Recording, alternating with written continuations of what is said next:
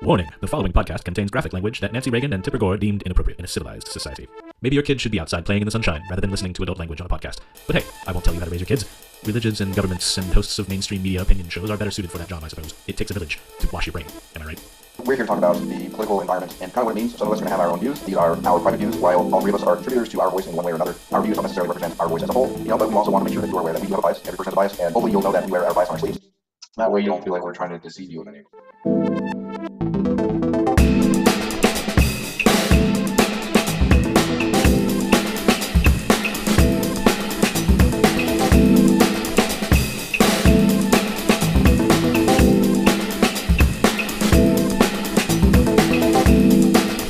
It's about time to get with the program. Alright, hitting the record button now so I don't forget. Alright. I don't know. Anybody else can do that? I don't mind.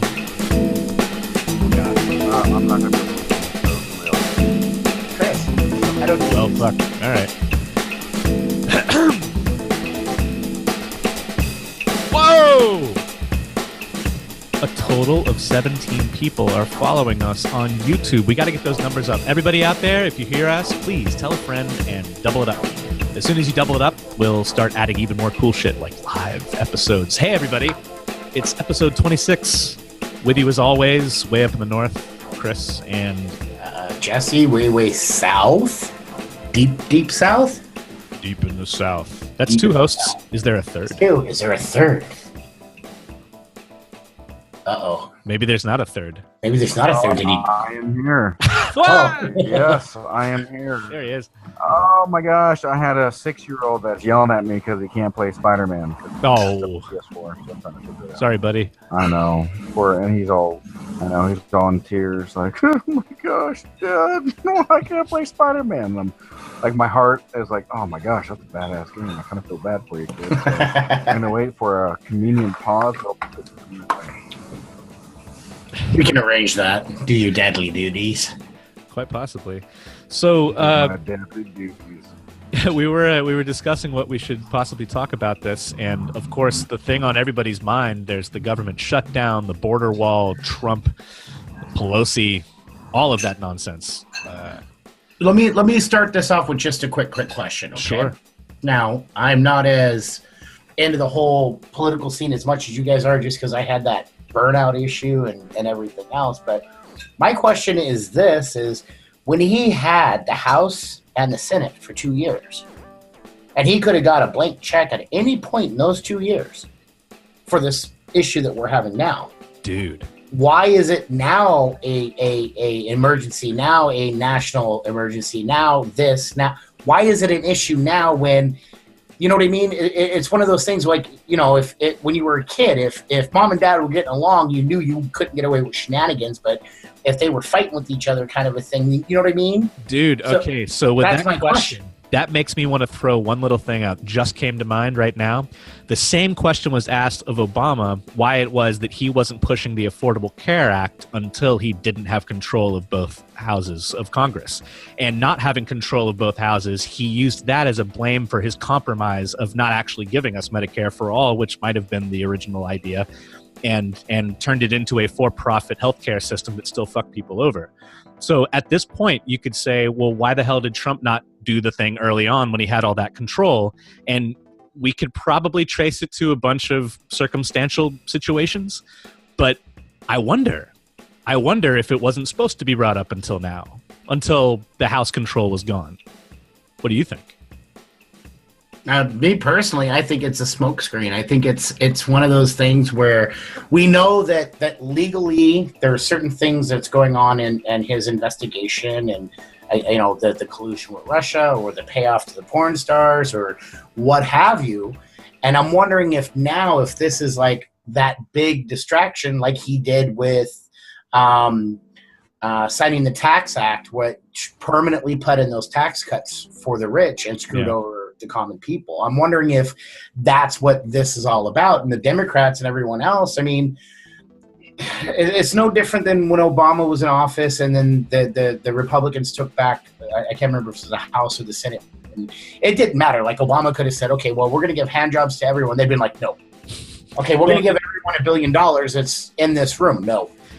Specifically, you mentioned the Tax Act and making it permanent, and I want to wager, and if I'm wrong, somebody tell me I'm wrong, but I think every president since Reagan has done exactly that.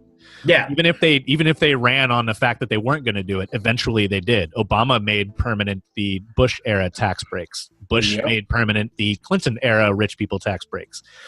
I mean, if you look at it like that, well, first of all, you know who they're serving. But secondly, I don't even know that I would add that into the array of nonsense going on with Trump. I would say definitely he's trying to deflect because Mueller just got 6 more months to do more investigation. And even if the Russiagate thing is nonsense, if you think back with Clinton, Whitewater actually didn't really yield a whole lot of anything.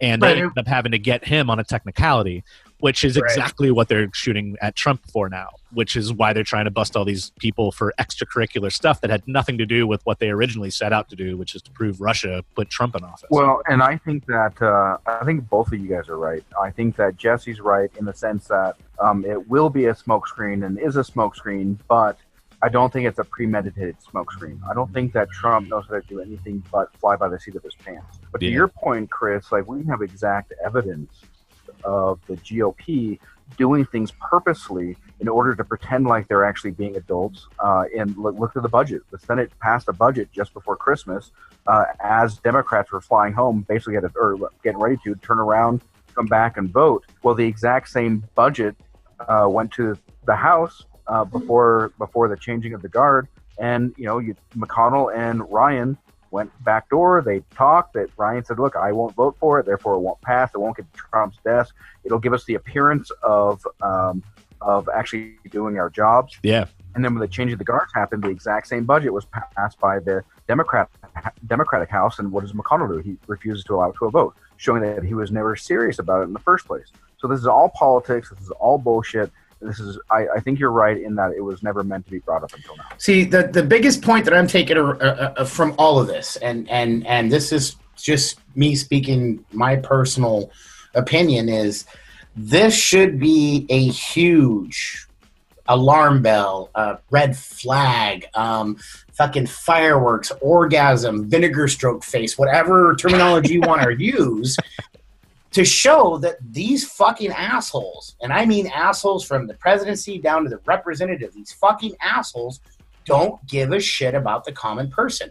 There are 800,000 people that did not get a goddamn paycheck. Now, I'm kind of roughly in that same boat because I had life kind of bend me over this last week, and I mean, it got to the point where I just had to look back and metaphorically say, harder, daddy, because, like, you're going to fuck me, make it good. Yeah. But I mean, there are people that are now like the TSA. They're not going to work. They're calling in sick. I mean, in what world does they're protesting too? Yeah, in what world does someone say, "Oh yeah, you have to come in, but we're not going to pay you"? That's slavery. Yeah, and that's go fuck yourself. Go fuck yourself, right? Yeah. But that's 800,000 people that are furloughed, that can't pay their bills, that may not be able to go get food for their kids or meds or what have you. That should be right there the biggest indication that this government, across the board, does not give a flying fuck about people. Two pieces about that. One, I think at least in the near future, Congress should see about being able to take the ability of the president, take his ability to shut anything down like that. I don't think any one individual or one body should be able to stop the motion of the thing that is sustaining our fucking country. Are you kidding me? Government shutdown, ever since the Tea Party bastards started doing that shit. Those guys can go straight to hell. That is nonsense. But everything, the military not getting paid either whenever they shut down different portions, right? Like now we're seeing what the White House and Trump's powers can actually afford to pay. It's the IRS. It's the people making sure airplanes don't run into each other, right? So I think if anyone's going to get their pay taken away, it ought to be the congressional staff. It should be Congress, and that would actually light a fire under Pelosi's ass to do something about it, rather than just stand around and grandstand for 22 days. Well, here's my question: like they're still getting paid.